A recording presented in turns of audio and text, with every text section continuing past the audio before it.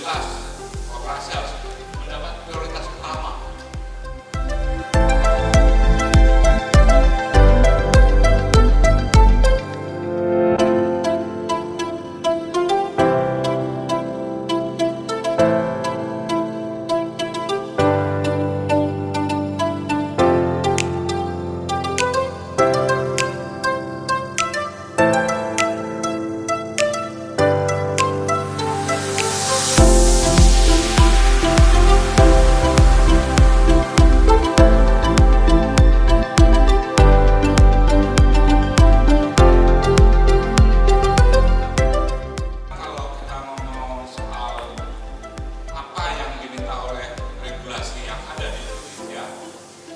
Iya, regulasi yang ada di pasal 8, misalnya Undang-Undang 25/19 itu memberikan kebebasan kepada petani untuk mengatur dirinya sendiri.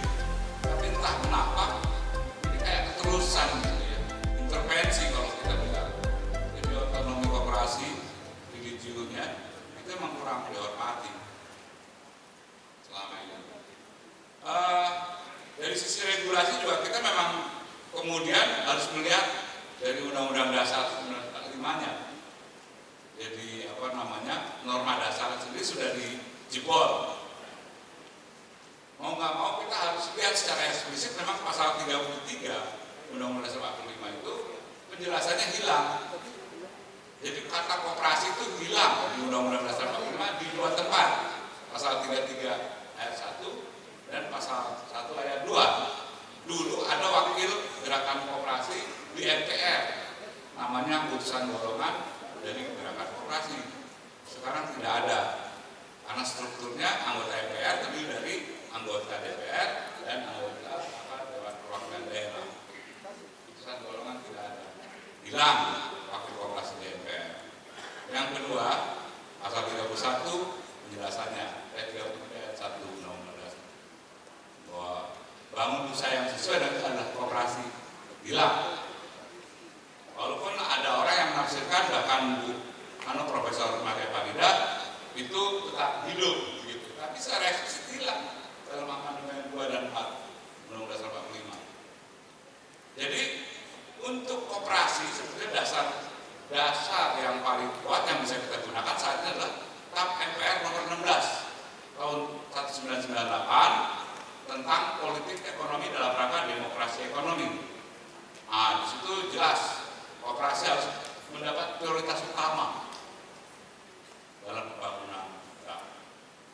Kecelakaan berikutnya adalah kalau dari sisi regulasi ini di pasal 5, pasal 33 ya, ayat 5 ya, pasal 33 ayat 5 itu dimintakan untuk membangun sistem perekonomian nasional yang berdasarkan demokrasi ekonomi harus dituangkan dalam undang-undang sistem perekonomian nasional. Tapi sekarang nggak ada. Jadi sekarang ini serabutan koperasi, PT, BUMN, apalagi sekarang malah ada lagi BUMDes diinterupsi oleh undang-undang Omnibus Law. Jadi makin semerawut regulasi kita itu. Jadi kita harapkan regulasi eksternal ini memberikan kepastian dan keadilan berusaha untuk koperasi umumnya dan gerakan koperasi kredit Indonesia ini tidak terjadi. Itu yang pertama.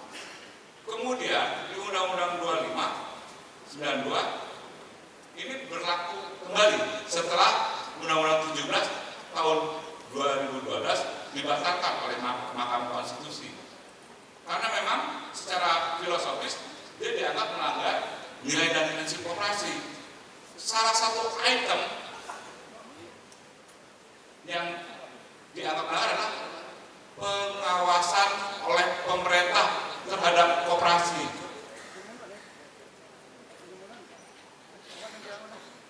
Iya kan? Itu dianggap melanggar otonomi koperasi. Prinsip yang mendasar dari prinsip koperasi. Ini dilanggar. Makanya dibatalkan. Selain hal-hal yang dianggap sebagai aturan-aturan yang bersifat kapitalis. Gitu. Dan itu kemudian meminta untuk membentuk kembali undang-undang tentang perkoperasian. Dan selama proses itu maka yang berlaku di Indonesia adalah Undang-Undang 25 tahun 92 tentang perkoperasian sampai adanya undang-undang baru. Nah sampai sekarang belum ada undang-undang baru. Kita secara legislatif tetap berpedoman pada Undang-Undang 25 tahun 92. Sampai sejauh mana efektivitas Undang-Undang nomor 25 tahun 92 ini dan regulasi pemerintah untuk membangun dan memberdayakan koperasi ternyata memang tidak efektif. Saya kasih dua contoh saja. Misalnya ada peraturan Menteri Koperasi nomor 20 ya tahun 2020 tentang pengawasan koperasi. Di seluruh dunia itu nggak ada pemerintah mengawasi badan hukum. Koperasi itu badan hukum, lembaga, subjek hukum. Tidak ada yang namanya pemerintah mengawasi subjek hukum. Nggak ada pemerintah mengawasi PT. Nggak ada pemerintah mengawasi yayasan. Tapi koperasi kok diawasi. Dan koperasi diam saja. Jadi bukan lembaganya yang diawasi, tapi bisnisnya. Kalau PT atau koperasi mau bikin bank, dia harus punya surat izin bank. Kalau koperasi atau PT mau bikin asuransi, dia harus punya surat izin usaha asuransi yang mengawasi OJK. Kalau koperasi atau PT mau gali tambang, dia harus ada izin pengusahaan tambang yang keluarkan kan ESDM. Kalau koperasi mau bikin usaha simpan pinjam, menurut PP 992 itu diawasi oleh Menteri Koperasi. Jadi Menteri Koperasi itu ditugaskan untuk mengawasi kegiatan usaha simpan pinjam, bukan koperasi, bukan lembaganya, bisnisnya. Jadi saya pikir itu gagal paham ya. Tidak bisa membedakan antara lembaga dan bisnisnya, tidak bisa membedakan antara subjek hukum dan perbuatan hukum. Itu menakutkan ya. Contoh yang kedua adalah Peraturan Menteri Koperasi nomor 8 tahun 2023. Ya. Menurut Undang-Undang 2592 di pasal 16 itu ada yang namanya penjelisan koperasi. Koperasi itu jenisnya pemasaran, konsumen, produsen, jasa, dan jenis simpan pinjam. Ada 5. Nah, yang namanya koperasi jenis jasa ini ada 2 jenis koperasi jasa non keuangan, misalnya bikin travel, bikin hotel atau apalah, jasa non keuangan. Ada jasa di sektor keuangan atau jasa keuangan. Jasa keuangan itu bukan simpan pinjam. Jasa keuangan itu kita ikuti yang ada di Undang-Undang OJK, yang ada di Undang-Undang P2SK. Jasa keuangan itu bank, asuransi, pembiayaan, ya, dana pensiun, dan seterusnya, gadai. Jadi itu bukan. Nah ini konyol, tidak termasuk simpan pinjam. Ya. Nah, Undang-Undang nomor 4 tahun 2023 tentang P2SK itu di pasal 202 itu ngaturnya menambah 1 pasal di antara pasal 44H dan pasal 45 Undang-Undang 25 1992 tentang perkoperasian. Itu tambah 1 pasal namanya pasal 44B ya, yang ngatur kalau koperasi mau bikin kegiatan usaha di sektor jasa keuangan harus begini. Tidak ngatur simpan pinjam, tidak menyuruh Menteri Koperasi ngatur lebih lanjut.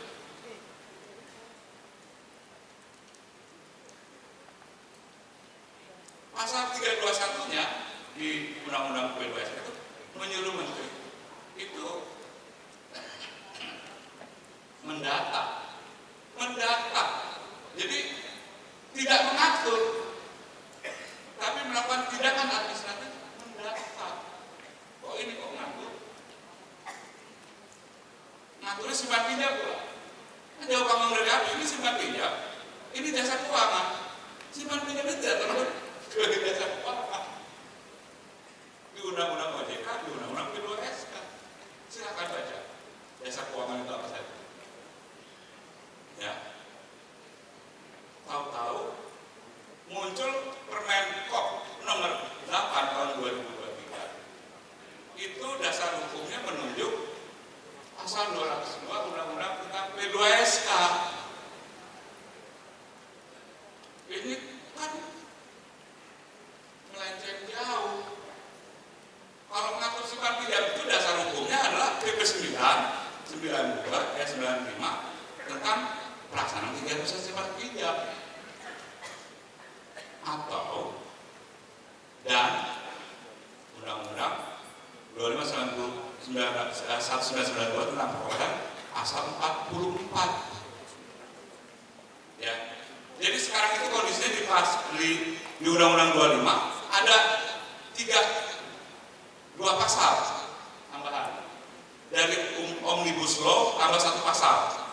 Jadi pasal 44 itu tambah dua pasal. Pasal 44 itu tetap berlaku yang mengenai simpan pinjam, usaha simpan pinjam koperasi itu diatur di pasal 44 Undang-Undang 2592. Kemudian muncul Omnibus Law menambahkan satu pasal 44A yang mengatur tentang kalau koperasi ingin melakukan kegiatan usaha syariah. Ya bukan yang dibikin Pak Yudhoyono ya, tapi non syariah. Itu tambahan syariah 44A. Kemudian muncul Undang-Undang P2SK itu menambah satu pasal lagi 44B yang mengatur kalau koperasi mau melakukan kegiatan usaha di sektor jasa keuangan. Jadi jelas ya posisinya. Jadi nggak relevan kalau kemudian Permenkop 8 itu menggunakan dasar hukum 202 Undang-Undang P2SK ya. Salah alamat. Jadi dasar hukumnya sudah salah. Kalau kita tengok ke dalamnya lagi, itu sangat mengintervensi urusan internal koperasi. Besaran bunga pinjaman diatur menteri misalnya, dan seterusnya. Untuk pinjaman dari luar lembaga diatur besarannya oleh menteri. Mau dibikin apa? Simpan pinjam dan kredit junior mau dikerdilkan? Atau memang koperasi kita, khususnya koperasi simpan pinjam kita atau kredit junior mau dibikin gurem-gurem gitu? Karena memang katanya koperasi condemned to be small. Coba bikin koperasi condemned to be small. Yang keterlaluan. Ya. Jadi dalam kerangka ini baru dua contoh. Belum lagi soal modal penyertaan, ya. Belum lagi persoalan yang terkait dengan regulasi. Kan yang namanya koperasi sebagai badan hukum. Kemudian melakukan kegiatan usaha, ini kegiatan usahanya diatur oleh undang-undang sektoral, undang-undang bank, asuransi, dan seterusnya. Dan koperasi boleh lakukan itu semua, tapi ada undang-undang yang tidak membolehkan koperasi melakukan kegiatan tertentu. Contoh, undang-undang tentang bank syariah itu jelas-jelas tidak memasukkan koperasi sebagai badan hukum yang dapat melakukan kegiatan usaha bank syariah, ya. Dan banyak lagi. Jadi apa? Ternyata